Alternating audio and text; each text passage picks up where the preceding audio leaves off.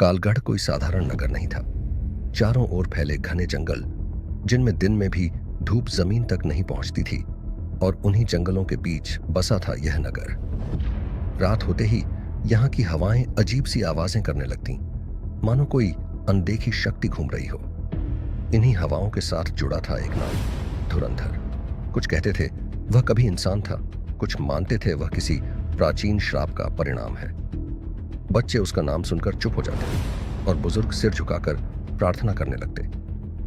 एक पूर्णिमा की रात कालगढ़ के उत्तर द्वार पर तैनात सैनिक अचानक गायब हो गया। न कोई चीख, न संघर्ष के निशान, बस उसकी तलवार जमीन पर पड़ी मिली, जैसे उसने खुद ही छोड़ दी हो। अगली रात महल के अस्तबल से राजा का प्रिय अश्व गायब हो गया। तीसरी रात राजमहल के गुप्त कक्ष से वह पुराना ताबीज चोरी हो गया, जिसके बारे में कहा जाता था कि वही कालगढ़ की रक्षा करता है। डर अब अफवाह नहीं, सच्चाई बन चुका था। राजा विक्रमसेन ने दरबार बुलाया। अगर ताबीज वापस नहीं आया, राजा गरजे, तो कालगढ़ विनाश की ओर बढ़ जाएगा।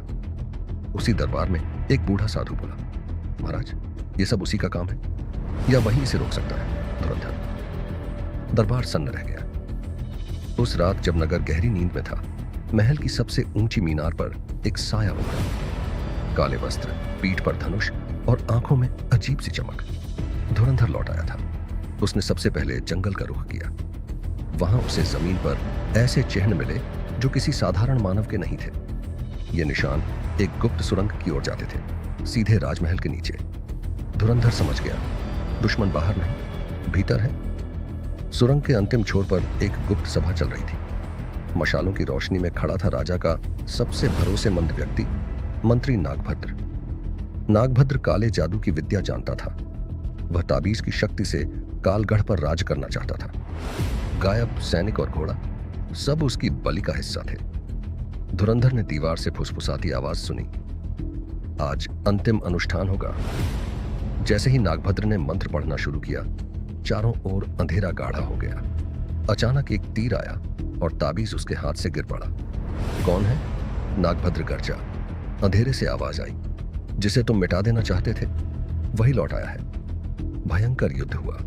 तलवारें टकराईं, जादुई लपटें उठीं, सुरंग कांप उठी। अंत में धुरंधर ने अपनी चतुराई से नागभद्र को उसी जाल में फंसा दिया जो उसने दूसरों के लिए बिछाया था। सुबह होते ही ताबीज महल में वापस था, मंत्री कैद में था और कालगढ़ बच चुका था। राजा ने धुरंधर को खोजा, पर वह कहीं नहीं मिला। सिर्फ महल की दीवार पर एक निशान था, एक आंख का चिन्ह जो अंधेरे में चमक रहा था। आज भी जब कालगढ़ पर संकट मंडराता है, लोग कहते हैं, डरो मत, धुरंधर जाग चुका होगा।